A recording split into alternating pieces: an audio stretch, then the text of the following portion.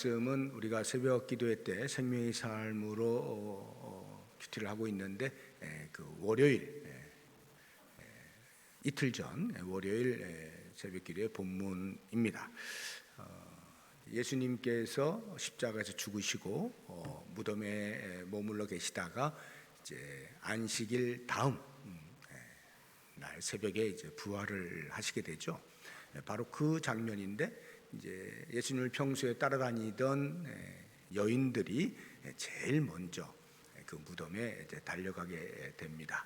그 여인들의 이름이 기록이 되어 있어요. 10절을 보시게 되면 막달라 마리아, 요한나, 야고보의 모친 마리아, 그리고 그들과 함께한 다른 여자들, 이렇게 여러 여자들이 있는데 예수님께서 제자들과 함께 사역을 하실 때에 같이 동역을 하거나 또는 후원을 하던 그런 여인들이라 이렇게 보시면 되겠습니다.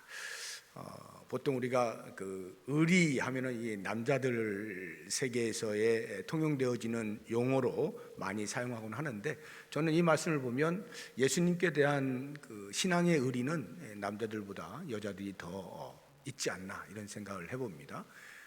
다들 흩어져 도망간 그런 상황 속에서도 예수님의 장례를 그나마 제대로 치르기 위해서 제일 먼저 꼭두 새벽에 찾은 사람들이 다름 아닌 여인들이었다라고 하는 것에 큰 감명을 받게 됩니다.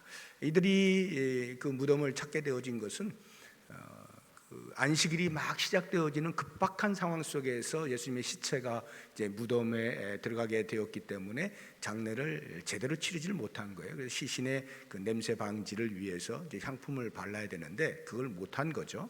그래서 1절을 보시게 되면 여자들이 준비한 향품을 가지고 무덤에 갔다 해서 향품을 이제 바르기 위해서, 그러니까 제대로 장례를 치르기 위해서 이제 간 것을 알 수가 있어요. 그런데 가보니까 이제 무덤이 비어 있는 거죠. 그래서 우리가 보통 이제 빈 무덤 이렇게 이야기를 하는데, 오늘 말씀의 제목이 빈 무덤이죠. 우리 기독교를 가리켜서 빈 무덤의 종교라 흔히 이렇게 이야기를 합니다.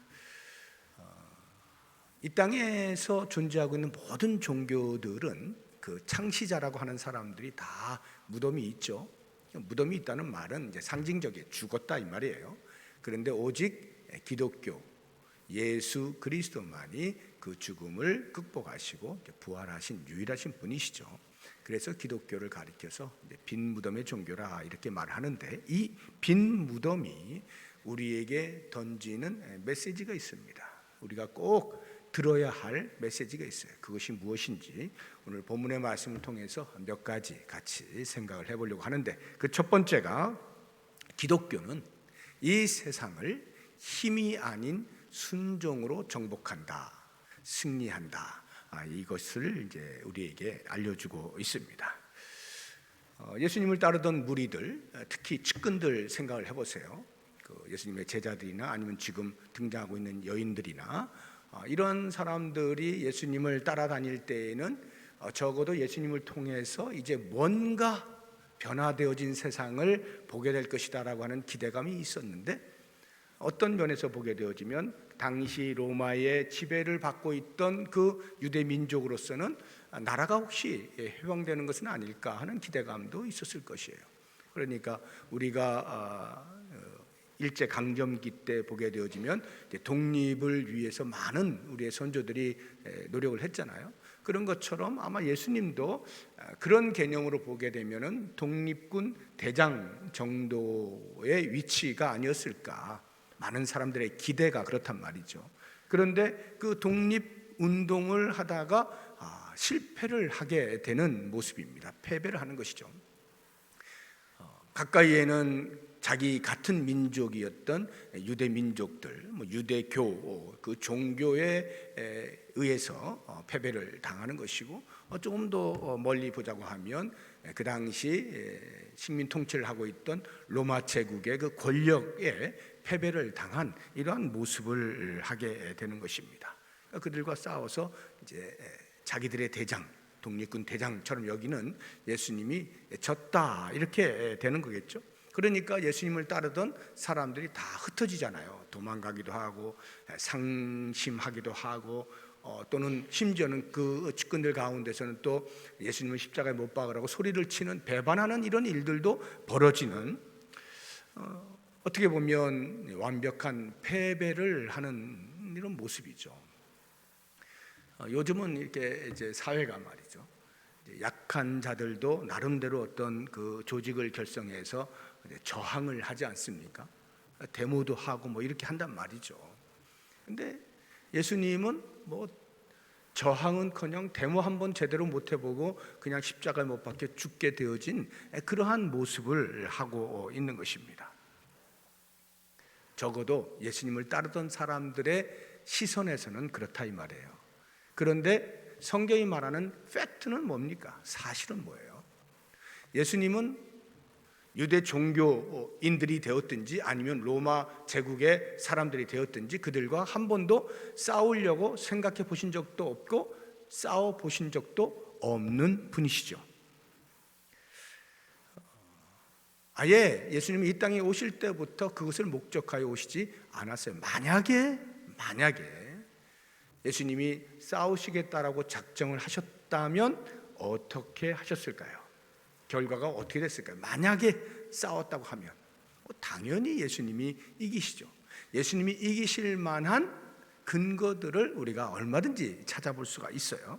한번 보죠. 요한복음 18장 36절을 보시면 예수께서 대답하시되 내 나라는 이 세상에 속한 것이 아니니라. 만일 내 나라가 이 세상에 속한 것이었더라면 내 종들이 싸워 나로 유대인들에게 넘겨지지 않게 하였으리라.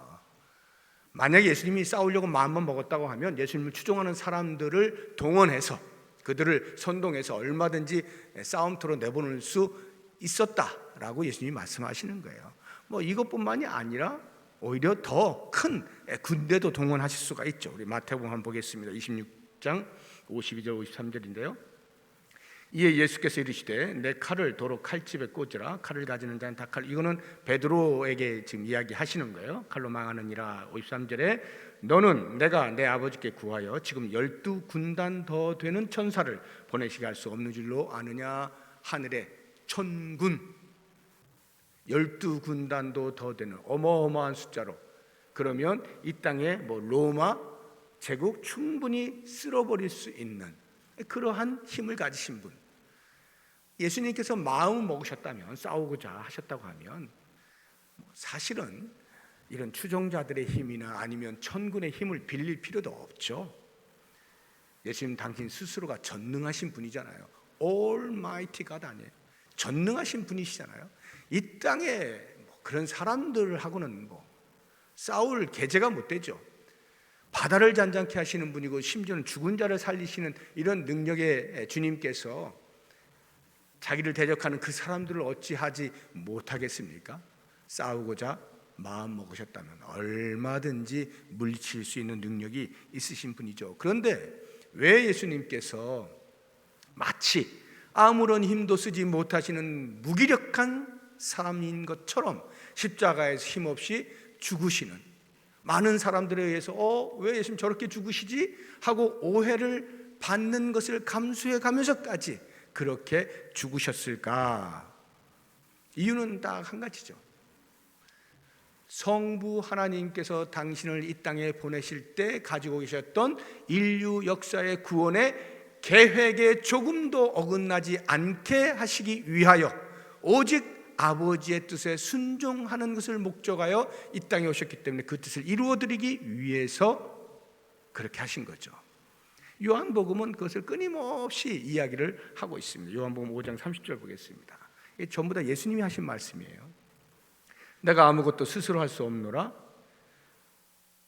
할 능력이 못 돼서가 아니라 듣는 대로 심판하노니 나는 나의 뜻대로 하려 하지 않고 나를 보내신 이의 뜻대로 하려 함으로 아버지의 뜻대로 하려고 하였기 때문이다 이 말이에요. 6장 38절 보겠습니다. 내가 하늘에서 내려온 것은 내 뜻을 행하려 함이 아니요 나를 보내신 이의 뜻을 행하려 함이니라. 8장 28절 보겠습니다. 너희가 인자를 둔 후에 내가 그인 줄을 알고 또 내가 스스로 아무것도 하지 아니하고 오직 아버지께서 가르치신 대로 이런 것을 말하는 줄도 알리라. 예수님은 이 땅에 오셔서 오직 아버지께서 하라 하시는 그 구원의 계획의 성취를 위하여서만 움직이시는 분이에요. 말씀하시고 행동하시는 분이에요.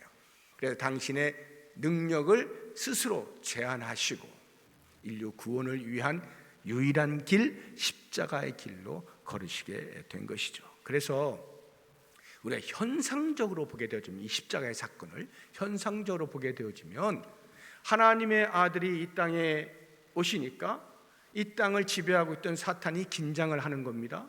실제로 예수님이 가시는 곳마다 많은 사람들이 따라다녀요. 점점 사탄이 입지가 좁아지는 것입니다. 자기의 영역을 빼앗기는 거예요. 결국에 사탄이 마지막 비장의 카드를 꺼내드는 것입니다. 그가 할 수 있는 최고의 카드가 뭐겠어요? 죽음이라는 것이죠. 사망이라고 하는 것, 그것을 꺼내든 겁니다. 내가 이제 이 마지막 한 수로 저 예수를 무력화시켜야 되겠다 하고는 결국 사람들을 선동해가지고 십자가에 못 박아 죽게 만들지 않습니까? 그리고는 실제로 예수님이 죽잖아요. 그리고는 무덤에 머물죠. 3일 동안 머뭅니다. 그렇게 머무는 동안에 사탄은 얼마나 만면의 미소를 띄었겠어요. 결국은 내가 이기는구나 이렇게 하는데, 안식 후 첫날 새벽에 예수님께서 사망의 권세를 깨뜨리시고 이기시지 않습니까? 예수님께서 십자가에 못 박혀 죽으신 것은 온 인류의 죄의 삭슬 자신의 몸에 짊어지고 그 삭슬 지불하기 위하여서 죽으신 것뿐, 궁극적인 승리는 예수 그리스도께 있다 하는 것을 알 수가 있는 것이죠. 그래서 우리가 이 빈 무덤을 보게 되어지면 참 승리자가 누구냐 하는 것을 명확하게 보여주고 있는 거예요. 표면상으로 볼 때는 사탄이 이긴 것처럼 보였지만 그 빈 무덤을 통하여 궁극적인 승리자는 예수 그리스도시다 하는 것을 알게 해주는 것입니다. 저는 이 여인들이 이제 향품을 가지고 간 이 모습을 묵상을 하면서 이런 생각을 한 거예요. 쓸데없는 짓을 했구나. 쓸데없는 짓을 했구나. 그들은 인간 예수 그리스도와의 관계의 그 의리를 생각해서 어찌하든지 장래만이라도 제대로 잘 치러드리고 싶은 그 순수한 마음으로 향품을 들고 간 거예요. 시신에 기본적으로 이렇게 발라야 하는 것을 못 바른 채 그냥 무덤에 안치해 놓은 것이 얼마나 마음이 아팠겠어요. 그러니까 안식일 끝나자마자 쫓아가서 그 일을 하기 위하여 향품을 들고 간 거 아니에요. 그런데 예수님은 그 향품이 필요 없으신 분이잖아요. 물론 예수님이 부활하셨기 때문에도 향품은 필요 없는 것이지만 상징적 의미로 볼 때 예수님은 전혀 향품이 필요 없는 분이죠. 왜? 예수님은 순종의 향기를 가장 머금고 계신 분이었던 거예요. 순종의 향기로 가득한 거예요. 공항에 가면 1층에 향수 면세점이 있잖아요. 저는 이제 향수 냄새를 잘 못 맡아서 거기 지나가면 아주 곤욕스럽긴 한데 보통 향수를 다 좋아하시죠. 그러니까 이제 가면 냄새가 얼마나 좋은 냄새가 많이 납니까? 뭐 특히 여자들은 뭐 정신 없죠. 그런 이제 향수 면세점에 이렇게 한 1시간이고 이렇게 구경하고 나면 나와서도 향수 냄새가 이렇게 몸에 배잖아요. 그러면 가서도 다른 사람에게도 이렇게 좋은 냄새를 이렇게 풍기지 않습니까? 예수님이 머금고 계시는 그 순종의 향기가 이미 충만하기 때문에 다른 그 무엇으로 예수님을 치장할 필요가 없는 거예요. 우리가 굳이 예수님을 다른 무엇으로 이렇게 할 만한 향품을 준비할 필요가 없어요. 우리가 할 일이라고 하는 것은 예수님이 머금고 있는 그 순종의 향기에 취하면 되는 거예요. 그리고 같이 나도 그 향기를 같이 발하면 되는 것이죠.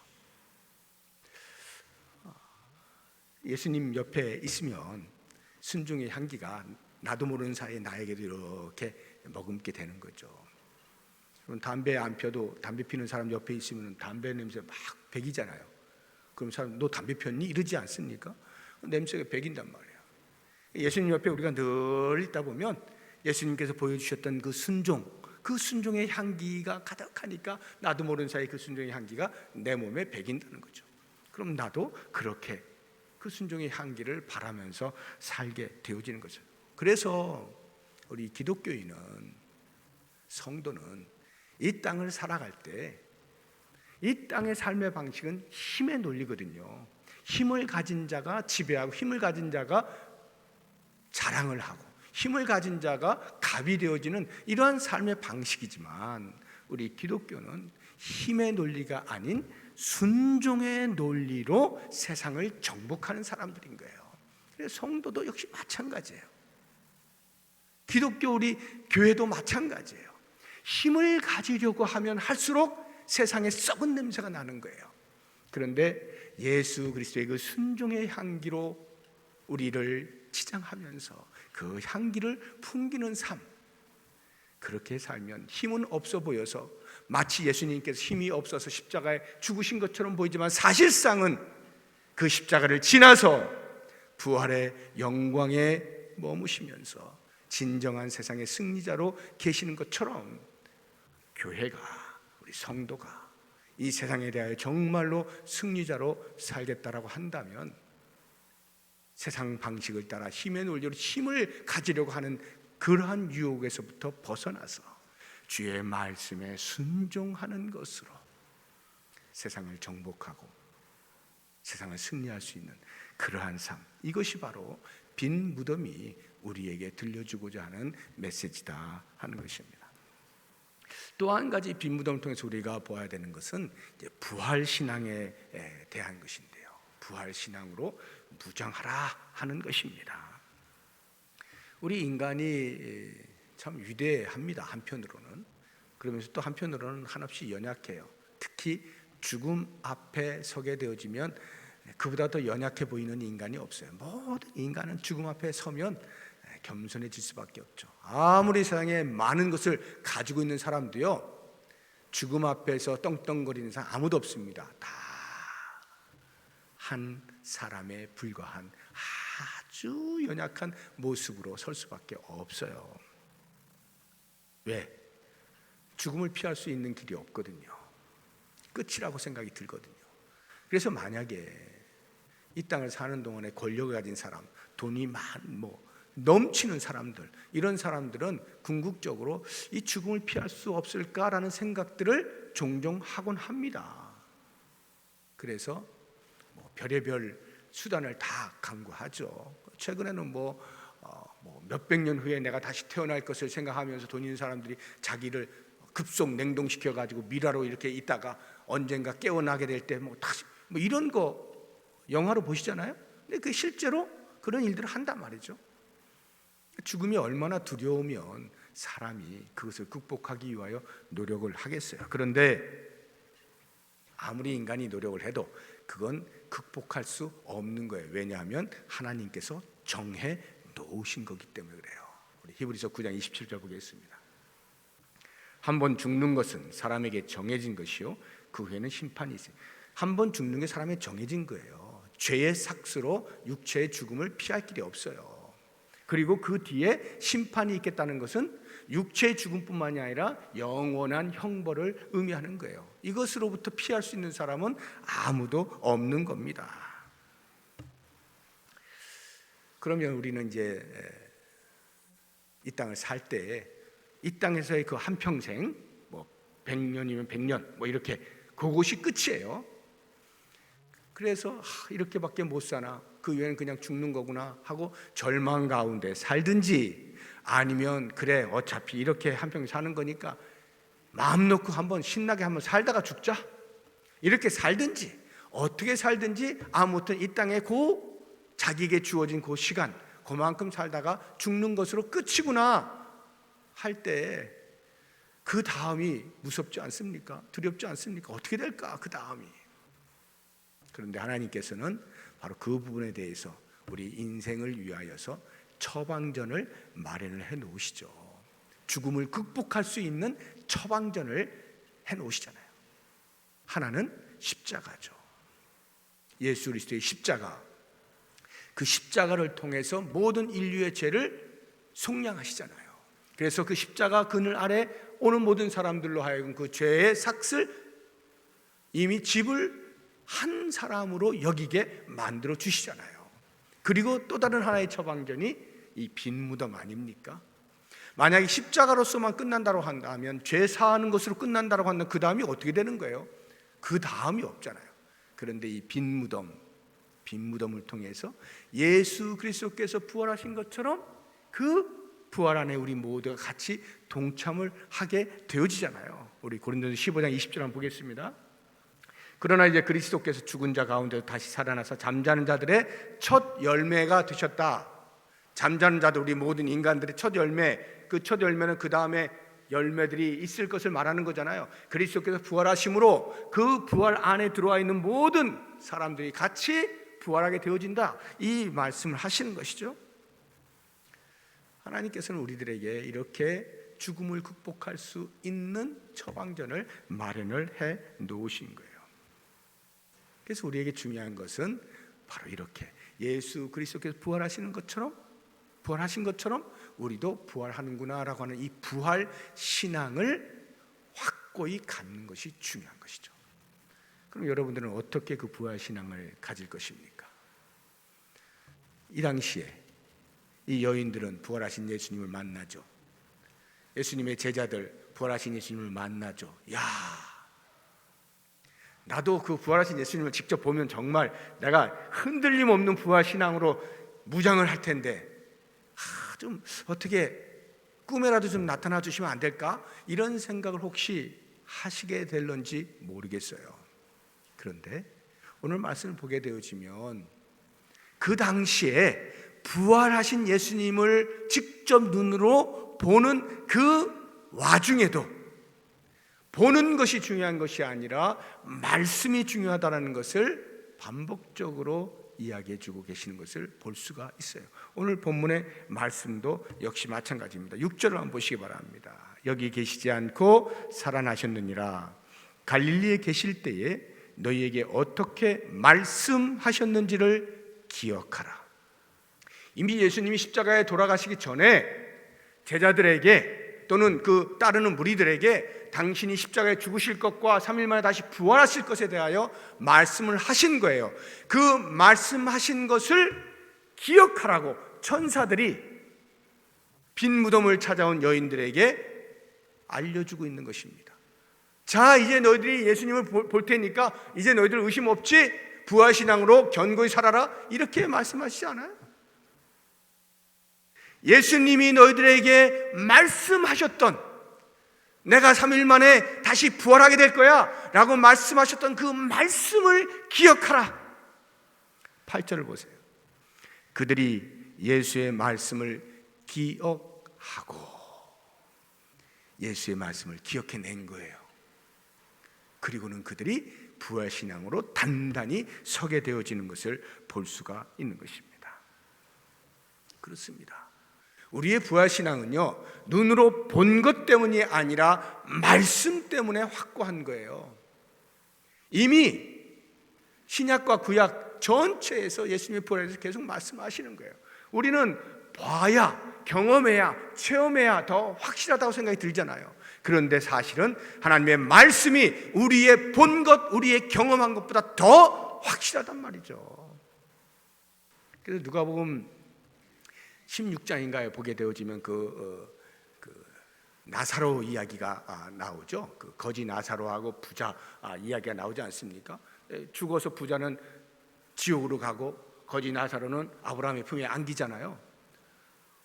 보니까 나사로가 너무나 행복한 거예요. 저도 좀 그쪽으로 가면 안 될까요? 안 돼, 너는 그 가운데 큰 구렁이 있어서 못 건너와. 그러니까 이 사람이 그 괴로움을 견디지 못해서 갑자기 아직 죽지 아니한 자기의 가족들, 지금 이 땅에 살고 있는 그 가족들이 생각이 나는 거예요. 아브라함이요, 제가 지금 5 형제가 있는데 저를 좀 보내주세요. 아니면 뭐 나사로를 보내주든지 좀 누구 좀 보내주세요. 그래서 그들에게 이야기를 해주세요. 여기 지옥이라고 하는 것이 있으니 제발 이 땅에 사는 동안에 잘 좀 살으라고 말 좀 하게 해주세요. 그러면 저들이 믿지 않겠습니까? 아니야, 이미 모세와 선지자가 다 이야기했어. 모세와 선지자가 이야기한 것 믿지 아니하면 비록 죽은 자가 다시 살아나서 그들에게 가서 증거한다 할지라도 안 믿을 거야, 이렇게 말씀하거든요. 우리가 볼 때는 믿을 것 같잖아요. 죽은 자가 살아나서 말하는데 그걸 안 믿을 사람이 있을까? 안 그렇다는 거예요. 마찬가지예요. 예수님께서 죽었다가 다시 살아나신 모습을 그들에게 보이면 당장에 믿을 것 같잖아요. 그런데 천사들이 그렇게 이야기하지 않냐고 오히려 말씀을 기억하라고 하잖아요. 말씀을 기억해라. 말씀을 기억해라. 우리는 구약만 가지고 있는 게 아니라 신약까지도 있지 않습니까? 예수님이 부활하신 그 모든 장면들과 부활 이후에 제자들이 어떻게 살았는지 생생하게 우리는 다 경험하고 있잖아요. 그래서 사도 바울이 이런 이야기를 하지 않습니까? 우리 고린도서 15장 22절 보시게 되면 아담 안에서 모든 사람이 죽은 것 같이 그리스도 안에서 모든 사람이 삶을 얻으리라. 그리스도 안에서 부활하신 그리스도 안에 있는 모든 자도 역시 마찬가지로 부활하게 될 것이다. 영생을 얻을 수 있을 것이다 라고 하는 말씀을 우리에게 주시잖아요. 이 말씀을 붙잡고 우리는 부활신앙에 견고하게 서는 거예요. 그래서 예수님께서 부활하셔서 제자들에 나타나셨는데 직접 눈으로 보지 못한 도마가 의심하지 않습니까? 그때 도마에게 나타나서 다 확인을 시켜주신 다음에 하시는 말씀이 있죠. 요한복음 20장 29절인데요 예수께서 이르시되 너는 나를 본고로 믿느냐? 보지 못하고 믿는 자들은 복되도다. 너는 나를 보았다고 해서 정말 예수님 부활하셨네요 해서 확고한 부활신앙에 네가 견고히 선다고 생각하느냐? 보지 못하고 믿는 자들이 복돼. 보지 못하고 믿는 자들이 누구예요? 우리들 아니에요. 우리들. 예수님 부활하신 그 당시 승천하시기 이전의 사람들 말고 나머지 모든 사람들은 다 보지 못한 사람들이잖아요. 그 사람들이 복되다는 거예요. 왜 복돼요? 안 봤는데도 말씀에 의하여 부활신앙에 확고해지게 되어지는 것, 이게 복이라는 거예요. 우리가 어떻게 부활신앙에 확고하게 설 수 있습니까? 좀 부활의 주님 꿈이라도 보여주시면 제가 흔들림이 없을 텐데요. 아니요. 이미 하나님의 말씀 속에서 주의 부활의 확실함을 보여주고 이제 끊임없이 증거하고 있잖아요. 그 증거의 말씀을 붙잡고 우리가 기억하고 그 말씀대로 부활신앙에 확고히 설 수가 있게 되어지는 것이죠.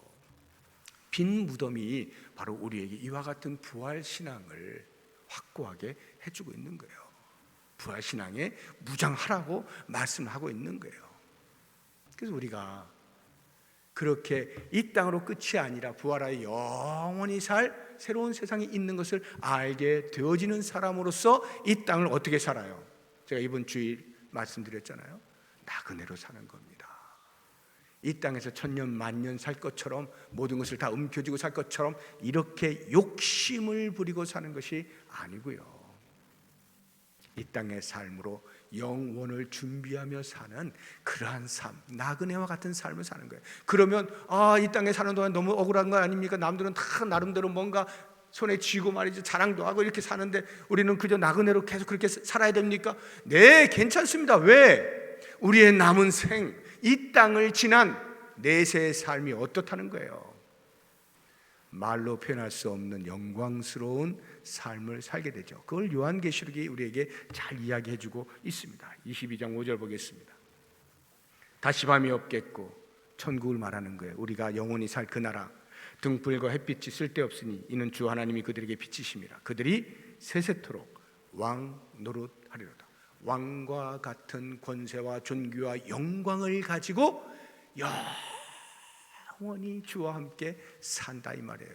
그것을 이 땅에 사는 동안에 소망하면서 살게 되어지는 거예요. 이러한 내세에 대한 기대를 가질 수 있는 것이 부활신앙이고, 이 부활신앙이 바로 빈 무덤을 통하여 우리에게 무장하게 해주니 얼마나 감격스럽습니까?